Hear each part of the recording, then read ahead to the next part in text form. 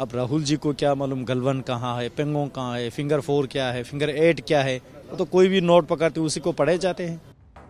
जम्मू कश्मीर पुनर्गठन संशोधन विधेयक 2021 को लोकसभा ने शनिवार को पारित कर दिया। इस विधेयक से जम्मू कश्मीर कैडर के भारतीय प्रशासनिक सेवा, भारतीय पुलिस सेवा और भारतीय वन सेवा के अधिकारी अब अरुणाचल प्रदेश, गोवा, मिजोरम और केंद्र शासित प्रदेशों के कैडर का भाग होंगे। इस दौरान लद्दाख के सांसद जामयांग सेरिंग ने बिल के पारित होने पर खुशी का इजहार किया।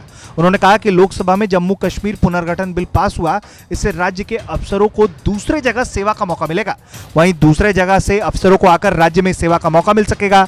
इससे अनुभव और कार्य की क्षमता बढ़ जाएगी। मैं सबसे पहले सरकार को बधाई देना चाहूँगा और माननीय मोदी जी और माननीय अमित शाह जी को बहुत बहुत धन्यवाद कहना चाहूँगा। आज लोकसभा में जम्मू कश्मीर रीऑर्गेनाइजेशन अमेंडमेंट जो बिल पारित करके उसको एक्ट में घोषित हुआ, ये आगे जाके जम्मू कश्मीर के जितने भी जो कैडर के आईएएस हो, आईपीएस हो, आईएफएस हो, तो ये नेशनल लेवल के ऑफिसर्स का जो है अकमोड के साथ मार्च किया जाएगा और Arunachal, Goa, Mizoram and other UTs के साथ जो है हमारा ये सारा विलय हो जाएगा। तो उससे एक अच्छी चीज़ क्या है कि अपने स्टेट के ऑफिसर्स को बाकी जगहों पे सेवा करने का मौका मिलेगा।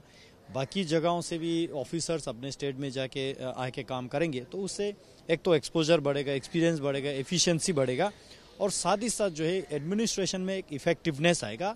आगे जाके जो है लोगों के हित में और देश के हित में होगा। तो इसलिए जो है हम इस बिल का वेलकम करते हैं। माननीय गृह मंत्री जी ने लोकसभा में क्लियर किया इस बात को, जो उनका शंका हो सकता है, ये कुछ भी बोलते रहते हैं। हालांकि जब तक बिल में नहीं लिखा है, ऐसा नहीं लिखा है, तो इस शंका का कोई बेस नहीं है। तो ऐसे अगर अनुमान लगाते जाए तो आप तो कुछ भी अनुमान लगा सकते हैं। ये इससे पता चलता है कि ओपोजिशन हो, चाहे कांग्रेस पार्टी हो, वो दिशाहीन हो चुका है।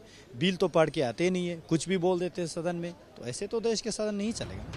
लेकिन इस दौरान उनसे जब यह सवाल हुआ कि एलएसी को लेकर विपक्ष आरोप लगा रहा है, तो उन्होंने क्या कुछ कहा है, ये भी आपको सुनना चाहिए। जब ग्राउंड पे आएगा तभी तो पता चलेगा ना। राहुल जी, कल आपने राहुल जी का हरकत देखा ना, बिल पढ़ के नहीं आए और यहाँ पे कुछ भी बोल देते। अब राहुल जी को क्या मालूम गलवन कहाँ है, पेंगोंग कहाँ है, फिंगर 4 क्या है, फिंगर 8 क्या है, तो कोई भी नोट पकड़ते उसी को पढ़े जाते हैं। दरअसल राहुल गांधी ने आरोप लगा दिया था कि चीन के आगे झुककर पीएम ने हमारे जवानों के शौर्य से नियंत्रण में लिए गए कैलाश रेंज के 6 इलाकों को छोड़ने को तैयार हो गई है, जो रणनीतिक तौर पर भारत के लिए बड़ा फायदा है। लेकिन राहुल के बयान पर रक्षा मंत्रालय ने जब जवाब दिया तो राहुल गांधी सबके निशाने पर आ गए। रक्षा मंत्रालय ने जानकारी दी है कि यह कहना कि फिंगर 4 तक ही भारतीय इलाका है, यह तथ्यात्मक तौर पर गलत है। भारत का इलाका 43,000 वर्ग किलोमीटर का उस जमीन तक है जहां 1962 से चीन का कब्जा है। यहां तक कि एलएसी भारत के मुताबिक फिंगर 8 तक है, फिंगर 4 नहीं। मौजूदा समझौता सिर्फ फॉरवर्ड तैनाती को हटाने और अपनी स्थायी पोस्ट पर लौटने का हुआ है। भारत ने इस समझौते में कोई इलाका नहीं गंवाया है और यथास्थिति में बदलाव से चीजों को रोका है। ब्यूरो रिपोर्ट, भारत तक।